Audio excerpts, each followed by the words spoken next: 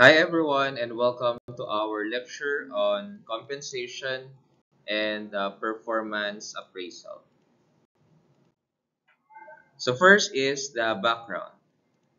Compensation, wages, and performance evaluation are related to each other because the employee's excellent or poor performance also determines the compensation given to them.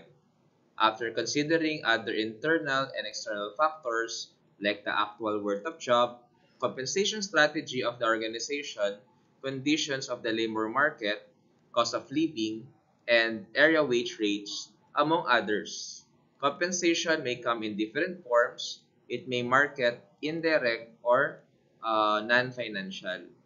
So sabi dito class no na ang compensation and wages or performance evaluation ay related siya sa isa't isa no na kung saan no ah, base sa performance evaluation kung excellent ba or poor performance yung mga empleyado ay yun yung binibigay na compensation to them no and normally yearly no in the private sector ay meron silang yearly merit increase no depende sa performance at depende sa policy ng kumpanya.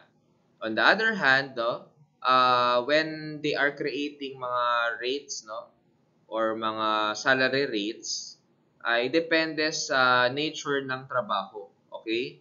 For example, let's say a programmer, no?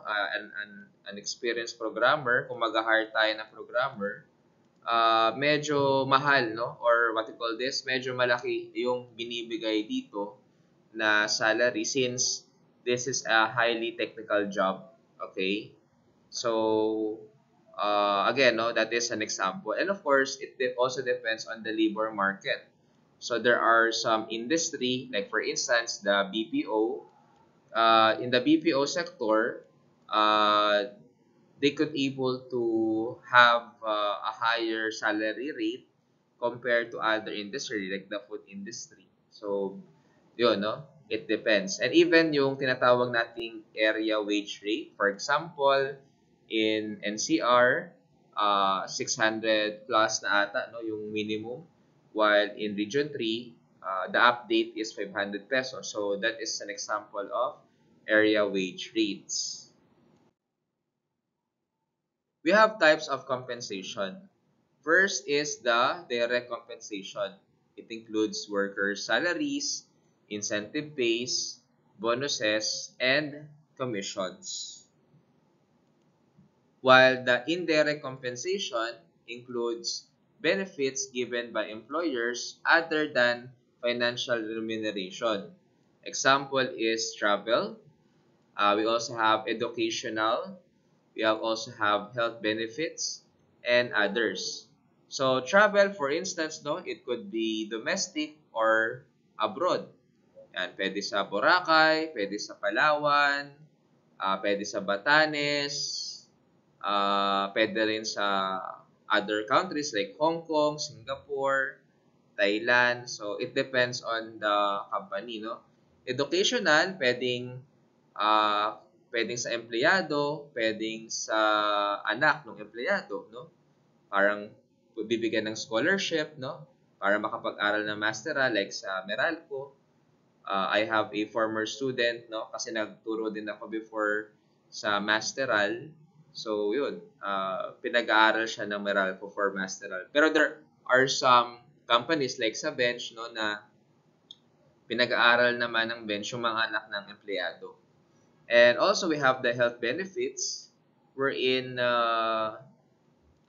binibigyan sila ng health card, no? Health card.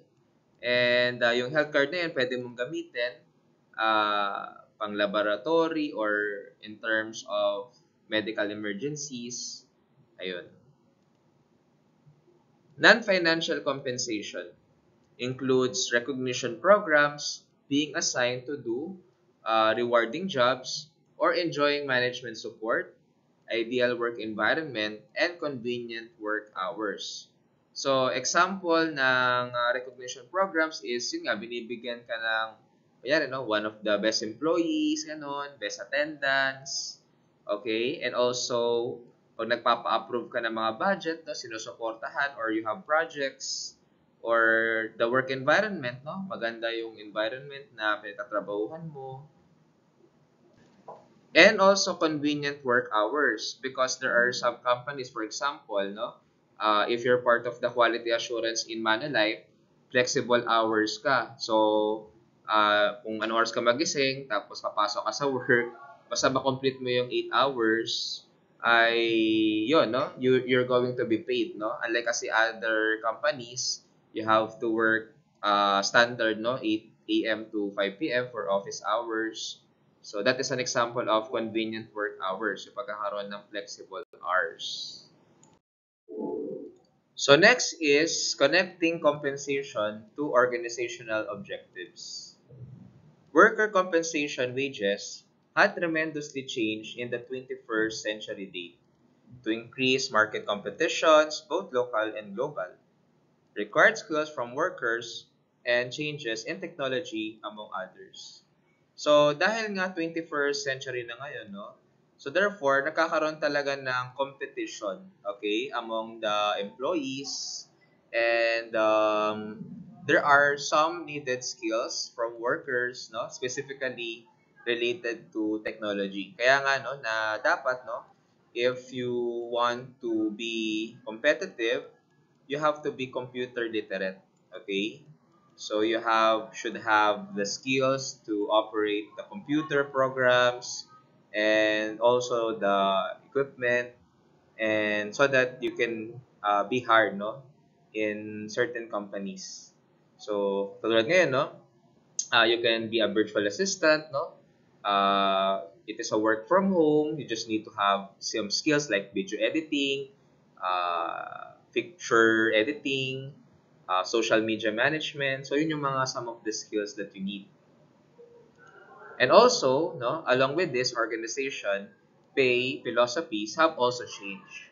Instead of paying employees based mainly on their job positions or titles, they are now given according to their individual competencies or according to how much they could contribute or have contributed to their company's success. Wage experts now prepare compensation packages that create value for both organization and its employees. So sabi nga dito no na ang basehan ngayon ng pay or remuneration or salary is not just based anymore on job position or titles. Kaya nga class no in different companies ang salary is considered confidential. Why? Kasi for example, you are performing no you're performing than others, possible that even though you have the same position, possible na mas mataas yung compensation or salary mo, no? Kasi nga pag nalalaman nila, no, kunyari, it's open to anyone, it will be a source of comparison. Compensation, a motivational factor for employees. So, compensation pay presents a reward that an employee receives for good performance that contributes to company success. In relation to this, the following must be considered. Number one is pay equity, related to fairness. The equity theory is a motivation theory focusing on employees' response to the pay that they receive and the feeling that they receive less or more than that they deserve. So pag sinabing pay equity, ito yung pakiramdam na pag nagtatrabaho ka, no, is tama yung sinasahod mo dun sa trabahong ginagawa mo. Okay? Kasi pag hindi ganun ang feeling mo, no, possible that you feel demotivated. Employees generally feel that their pay must be commensurate, no, to the effort exerted in the performance of their job. In other words, pay equity is achieved when the pay given to them by their employers is equal to the value of the job performed. Thus, this motivates them to perform well and to do their jobs to the best of their abilities. So, just like what I said, no, the businesses or the employers should have this way, no, to assess the right compensation for the job that an employee is doing. No? Na sa ganon is maramdaman ng employee na worth, no, yung kanyang hard work to sa kanyang trabaho.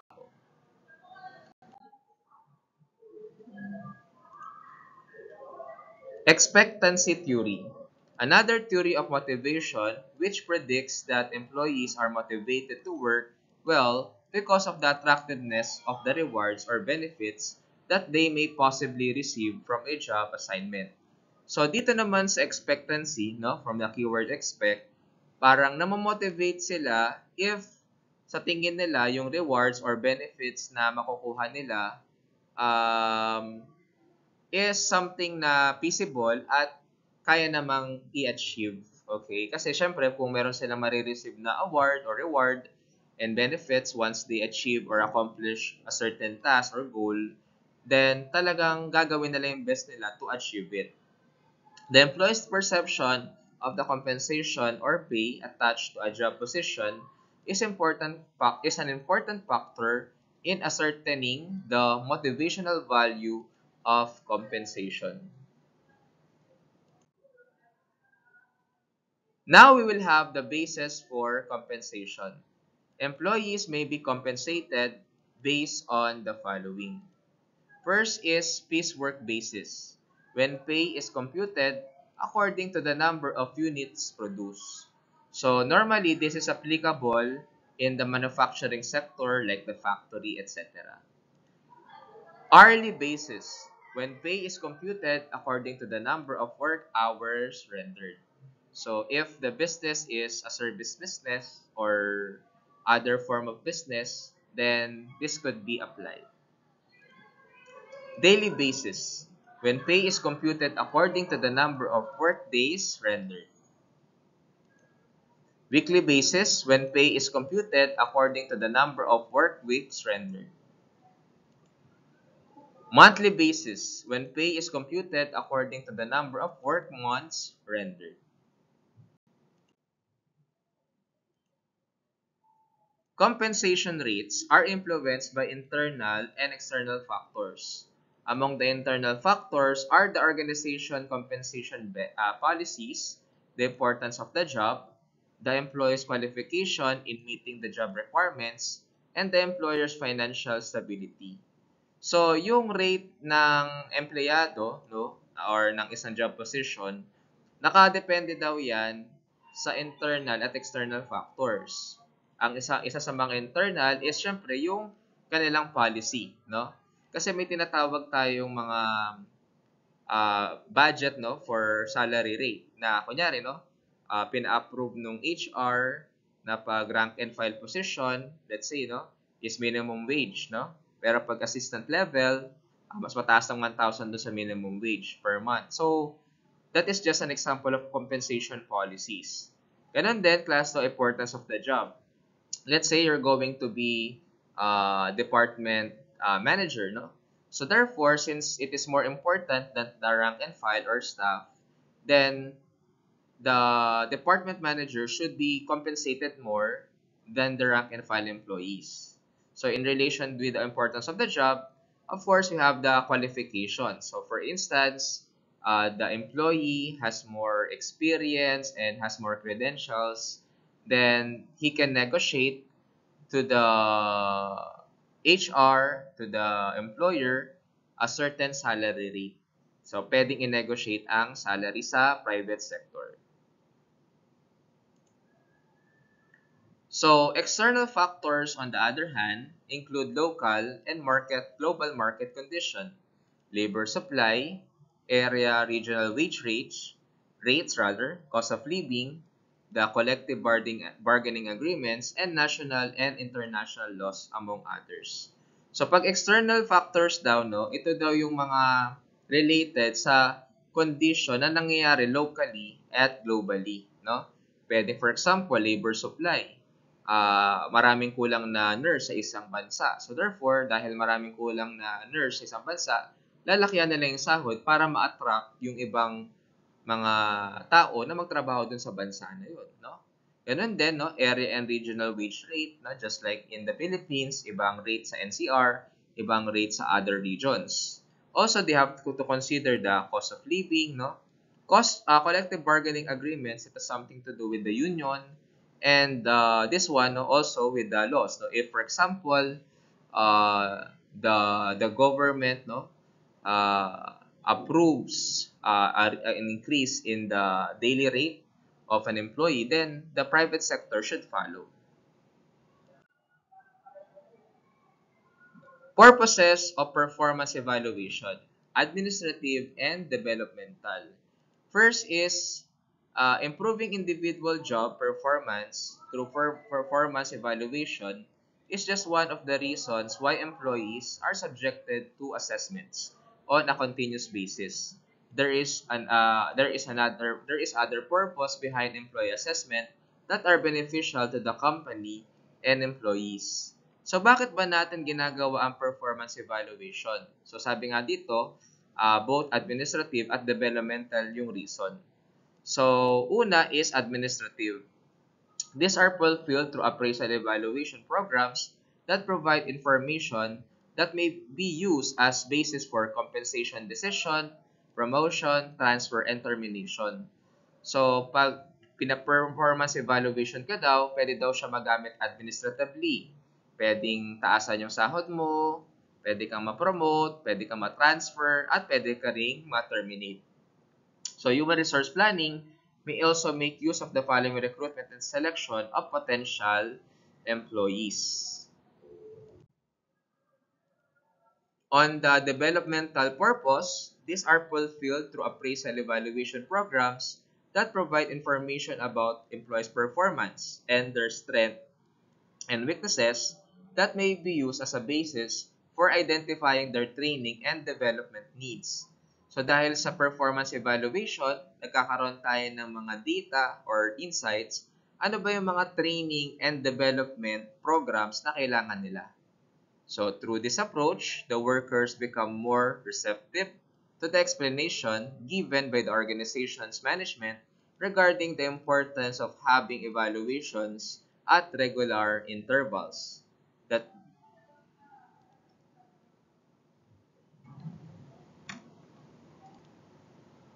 that these are conducted to improve their competencies in order to prepare them for future job assignment.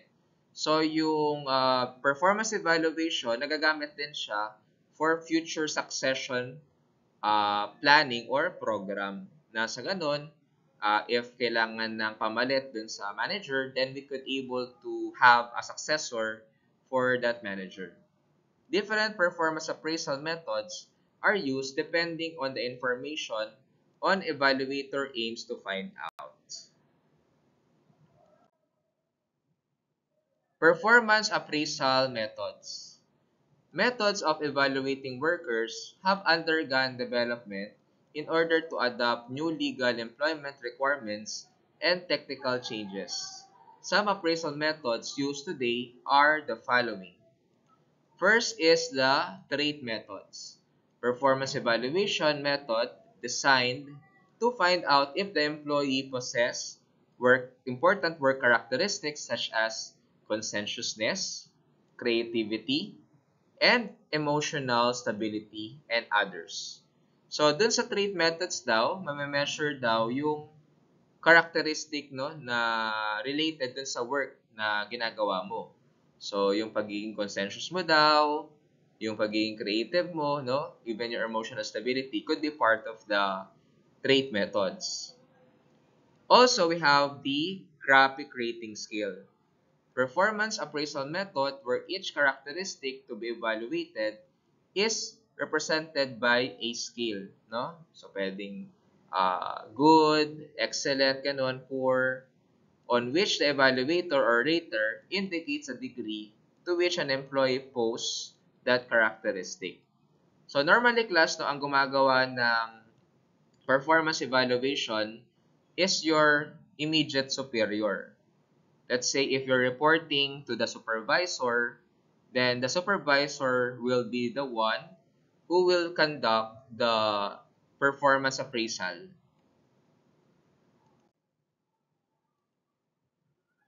Forced choice method.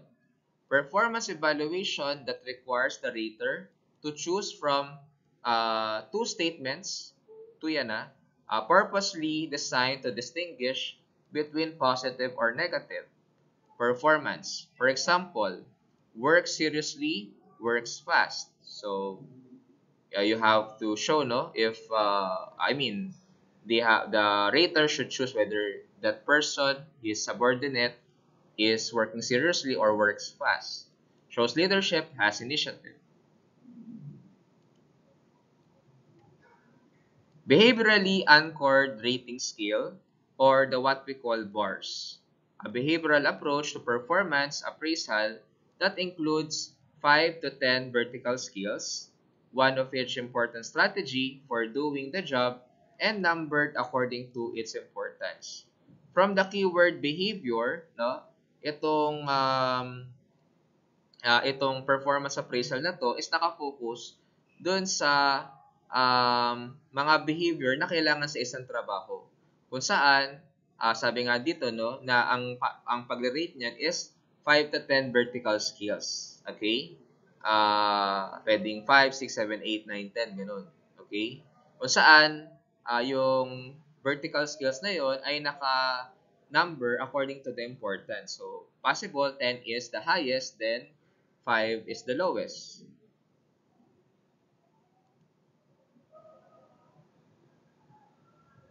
Behavior observation scale. So, a behavioral approach to performance appraisal that measure the frequency of observed behavior.